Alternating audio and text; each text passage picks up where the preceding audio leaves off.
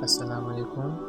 پچھلے پارٹ 5 میں ہم نے سنا تھا کہ محمد قاسم گواہی دیتے ہیں کہ اللہ کے علاوہ کوئی معبود برحق نہیں اور محمد صلی اللہ علیہ وسلم اللہ کے آخری رسول اور نبی ہیں، اور میں خاتم النبیین محمد صلی اللہ علیہ وسلم کا ایک عام سا امتی ہوں اور جھوٹوں پہ اللہ کی لعنت ہو۔ اب آگے شرک کیا ہے؟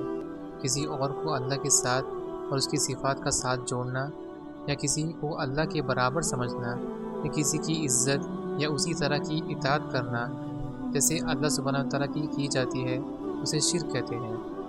مثال کے طور پہ اللہ کے علاوہ کسی اور کے لیے کسی بھی طرح کی عبادت کو جائز ماننا، جیسے کہ یعنی نماز ادا کرنا، روزے کا رکھنا یا قربانی دینا، یا اللہ سبحانہ و تعالیٰ کے علاوہ کسی اور سے مدد مانگنا، وہ بھی شرک ہے۔ جیسے کہ کسی ایسے انسان سے مدد مانگنا یا اس سے پکارنا جو قبر میں ہے اور جو حاضر نہیں ہے کوئی بھی معاملے میں، اسے مدد کے لیے پکارنا جس پر اللہ کے علاوہ کسی اور پر طاقت نہیں، یا ہر وہ عمل جو شریعت میں شرک کے بارے میں بتایا ہو۔ مثال کے طور پہ اللہ کے علاوہ کسی اور کی قسم کھانا، کیونکہ خاتم النبیین محمد صلی اللہ علیہ وسلم نے کہا ہے کہ جو کوئی اللہ کے علاوہ کسی اور کی قسم کھاتا ہے وہ کافر ہے یا اس نے شرک کیا۔ ریاکاری یعنی دکھاوا بھی شرک میں پڑتا ہے۔ دکھاوا کرنا مطلب کوئی کام اللہ کے لیے نہیں بلکہ لوگوں کو دکھانے کے لیے کرنا۔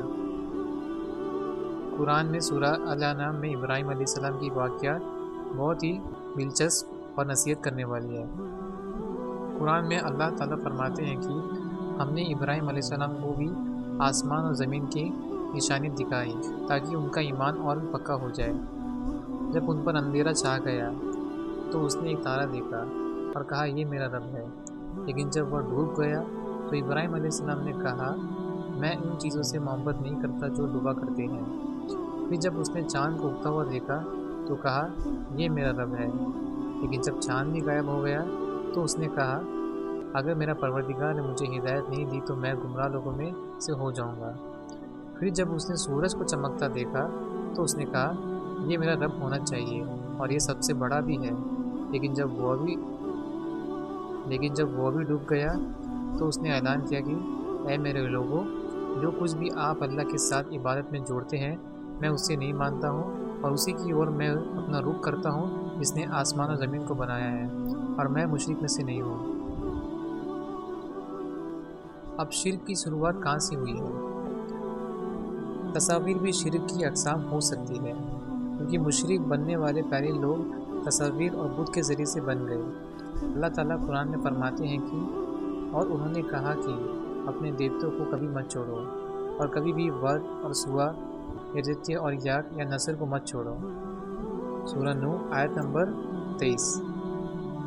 عباس رضی اللہ عنہ نے اس آیت کو اپنی تفسیر میں سمجھایا ہے کہ یہ نوح علیہ السلام کے ٹائم کچھ نیک اور دیندار لوگوں کے نام تھے، اور جب یہ لوگ مر گئے تو شیطان نے ان کے لوگوں کو بہکا دیا اور کہا کہ ان کی تصویر بنائیں اور وہاں رکھے جہاں وہ لوگ بیٹھا کرتے تھے، ساتھ میں یہ بھی کہا کہ ان تصویروں کو ان کے نام سے بلایا کرو، اور لوگوں نے ایسا کیا بھی، لیکن ان تصویروں کی عبادت تب تک شروع نہیں ہوئی تھی جب تک وہ لوگ مر نہیں گئے جنہوں نے ان تصویر کو بنایا تھا۔ پھر وہاں سے لوگوں نے تصویر کی عبادت کرنا شروع کر دی۔ صحیح بخاری 4920۔ شرک سے بچنے کی اہمیت کیا ہے؟ سب سے پہلے جو پہلا پیغام اللہ نے پوری انسانیت کو نبیوں کے ذریعے سے دی تھی وہ یہ تھے کہ لا الہ الا اللہ، اس کا مطلب اللہ کے علاوہ کوئی معبود برحق نہیں، اور اسے توحید کہتے ہیں۔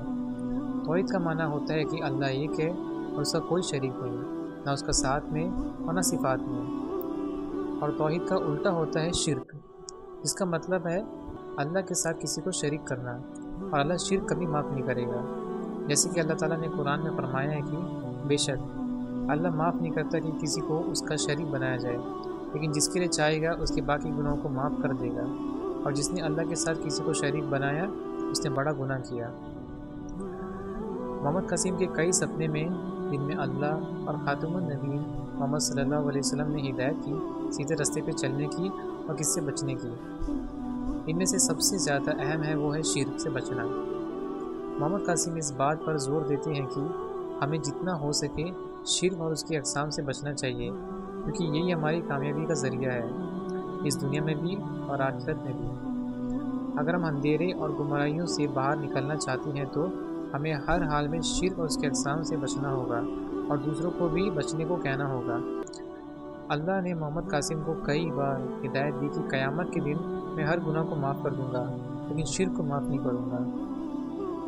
یہیں پر پارٹ 6A ختم ہوتی ہے۔ انشاءاللہ اگلے پارٹ 6B میں ہم سنیں گے کہ آج کے دور میں شرک اور اس کے اقسام کیا ہے، ان سے بچا کیسا جائے۔